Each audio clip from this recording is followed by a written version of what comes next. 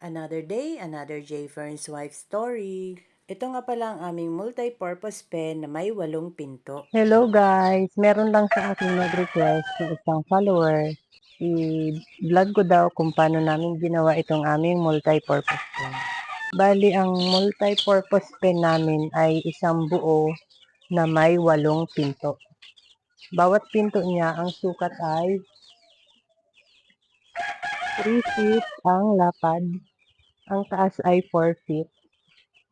At ang luwag ng dito magmula sa pinto hanggang dun sa likod ay 4 feet. 3 by 4 by 4. Bali, 8 pinto. Tapos,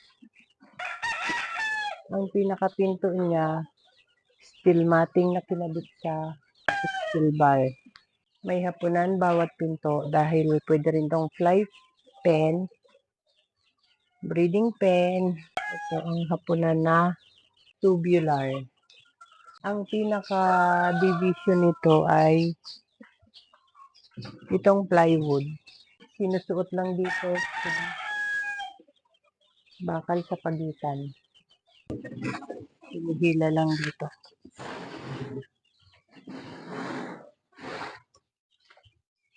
Para pag gagawin siyang brooder o kaya breeding pen, ay mas maluwag. 2 pinto na siya.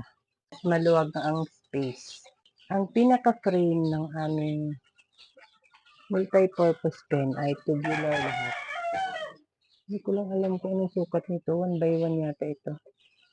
Tubular. Ganito ang itsura nung pinaka-frame ng aming multi-purpose pen nung bago pa lang siya ginagawa. Tubular lahat ang ginamit. Tapos itong pinaka-wall niya dito sa likod ay plain sheet. May pintura na. Para hindi siya mabulok pag naulan na.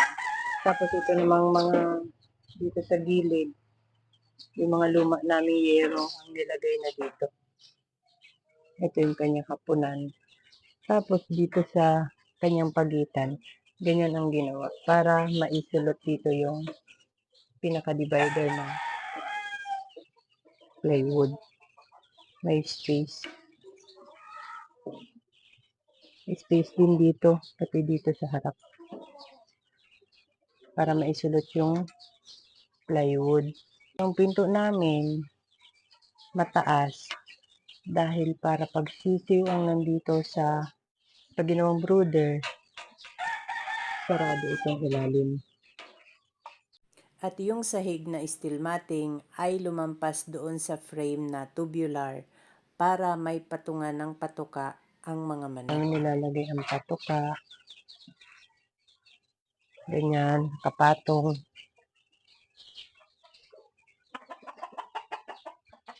Tapos pag mga sisiw ang nakalagay, ito, ganito, para may patungan. Ito namang pinakapinto, mas mataas siya, ganyan. Itong mga bakal na ginamit naming mga steel bar na to, mga lumang steel bar tong kinuha dyan sa tinanggal na fly pen, yung lumang fly pen. Tapos, ang pinaka-bisagrang ginawa namin, itong nut ba ang tawag dito? Yung pinaka-tornilyo. Yan ang ginawang bisagra. Tornilyo. 8 mm yata itong itong bakal na to. Yung kasya dito sa nut. Nut ba ang tawag? Yung ganyan. Tapos dito sa taas, may nut. Yan ang kanyang pinaka-bisagra para matibay. Kaysa bibili ng maliliit na bisagra, madaling masira. Tsaka pangit kitang-kita pag nilagay dito yung bisagrang yung maliit, ang pangit tingnan. Ito, nakatago ang parang ganyan. Tapos, yung kanyang hapunan, naka-slant. Tubular din ang gamit. Ganyan naman ang itsura ng hapunan na ginawa, naka-slant siya. Ang mali lang namin dito sa aming ginawang multi-purpose pen ay yung sahig na plastic screen. Dapat yung mas malaking butas ang ginamit namin. Pag ganito, naiipon ang ipot. Lalo na pag matigas ang ipot, naiipon dyan sa taas. hindi nalalaglag ng kusa. Kaya kung magpapagawa kayo yung medyo malaki ditong butas, yung ganitong screen, mas magandang ilagay. Medyo malalaking butas. Kaya ganyang screen ang nilagay namin dahil sabi ni Jason, pag mga sisiw ang ilalagay para hindi masilat ang paa sa screen. Hindi naman laging sisiw ang laman. Pag sisiw na lang kako, pwede namang patungan sana ng screen na, yung ganyang screen. Tapos yung bubong naman nito, plywood ang ginawa namin dahil para hindi mainit.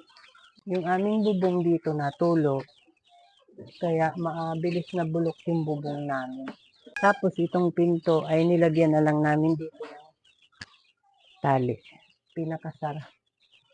Dahil puro bakal ito ay sobrang bigat, kaya nung nalagyan na nila ng tabing yung likod, nalagyan na nila ng dingding yung likod, tapos skeleton pa,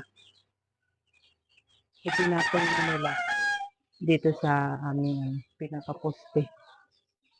8 tao nga silang nagtulong-tulong para mabuhat ang aming multi-purpose pen at maipatong doon sa asinta ng hollow blocks. Pinatong lang namin sa hollow blocks. 4 na patong na hollow blocks yan, yung isang hollow blocks na kabaon. Para malaki ang space dito sa ilalim, ilinis namin ang mga ipot. Madaling linisin. Tambayan nila yan pag mainit.